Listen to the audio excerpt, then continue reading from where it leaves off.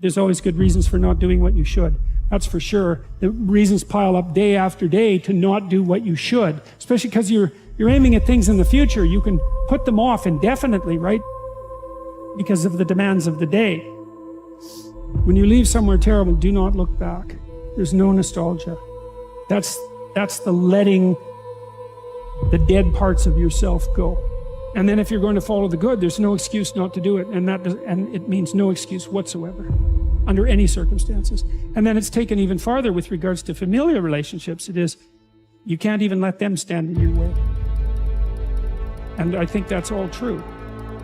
Like, there's no excuse whatsoever for not getting at what it is that you should be doing. You're going to have such a period in your life where it seems like it's not working.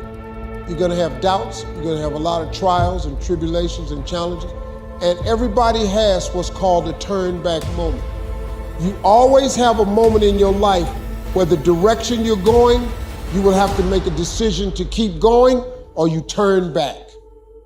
The sad thing is, the average person turns back. But think about this. If you're going somewhere and you turn back, you can never get there. Everyone's going to hit adversity. Yep. Okay? Everyone's going to hit adversity. It's how you deal with that adversity. And the key word is you, not letting somebody else deal with that adversity. You have to deal with that adversity. And how you deal with it. Are you going to fight through it, or are you going to curl up and just roll over into the corner? It's going to pretty much determine how the rest of your development from a mental standpoint is going to carry you. Because when you live an easy life, your life is really hard. When you do hard things, your life becomes easy. How much adversity can you handle and still keep making good decisions, still keep putting one foot in front of the other, still keep leading people that you're meant to lead? And if you can crank up that thermostat by intentionally doing hard things, running towards pain, doing that one more set, one more rep, one more step, one more sales call, one more knock on the door, one more thing, one more degree than everybody else. All it takes is that one extra degree consistently compounded over time. You become a savage of a human. You have to understand, if you don't execute on the plan, if you don't get up in the morning when you're feeling tired, scared, if you don't execute, you're not just cheating yourself, dude. You're cheating your family. You're cheating your employees, you're cheating your team, whatever you're a part of. It's bigger than you, man. Whether it's adversity, whether it's suffering, whether it's pain, if you choose to run towards it, who you become on the other side of it is a newer, higher, more transcendent version of you. You have to force yourself. Anything that's a break from your routine is going to require force. And the only way you'll get it is by forcing yourself to be uncomfortable. Get out of your head. Get out of your feelings. Your feelings are screwing you. I don't care how you feel. I care about what you want. And if you listen to how you feel when it comes to what you want, you will not get it because you will never feel like it. I say step up. Be the one who people look to. Absorb the impact and the negativity. No matter what is happening, no matter how hard the fight is, as long as you keep fighting, you win. Only surrender is defeat. Only quitting is the end. So fight on. It's unbelievable how little genuine encouragement many people need, and how they had none. No one ever said to them and meant it, it's not okay for you to be a weak loser. It's not okay.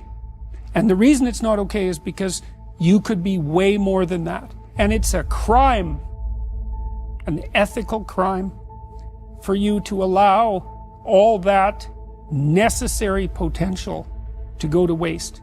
It hurts you, it hurts your family, it hurts the world. Really, really, it does. And people think, oh, okay, I get it. And they do get it because they know.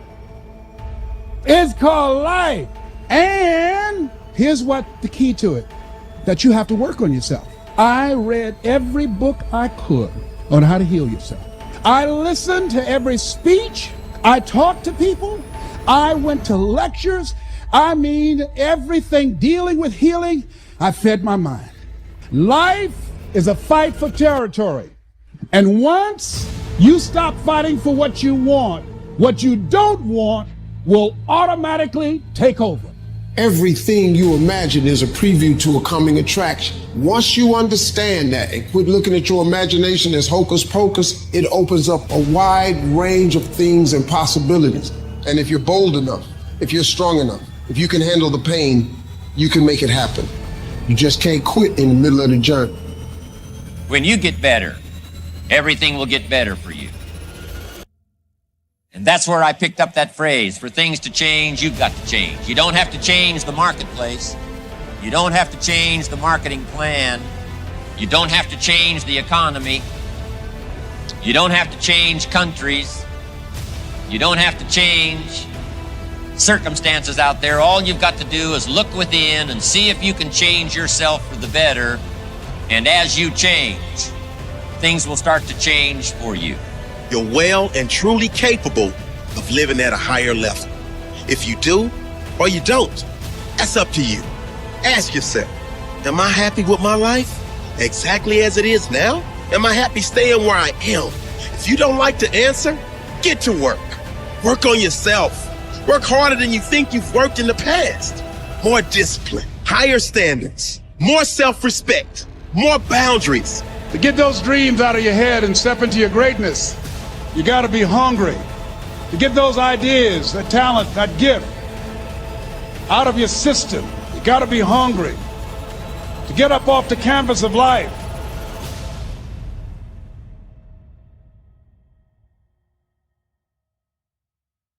Nothing else will work for you until you recognize that you are the creator of your own life and that no one else is to blame for your circumstances. Call it karma, if you will. You may not believe in the concept, but all successful people know it to be true in some way or another. No one can change himself until he realizes that he is the one creating himself and that his self-image is not fixed in stone, but constantly changing. Why is it that one day you can feel happy and confident and the next day feel sad and depressed? Most people will say it's because of what is happening to them that causes their fluctuations in mood. But this is giving power to the outside world, which is actually completely powerless to affect your inside world of thoughts and emotions unless you give it full permission to do so. Owning full responsibility for one's thoughts and emotions is not a common choice in this world. It's much more comfortable to believe that something else is causing them because it takes away the pressure of personal responsibility. Why own your experience of life when you can just sit back and blame everyone else for it? Well, you have the freedom to choose, but I strongly suggest that you choose more wisely from now on and begin to choose a path of personal growth rather than one of stagnation or decline. I challenge you to re-own your power. From this day forward, you will begin to break the chains of your own making that bind you. No longer will you wallow in sadness or self-pity.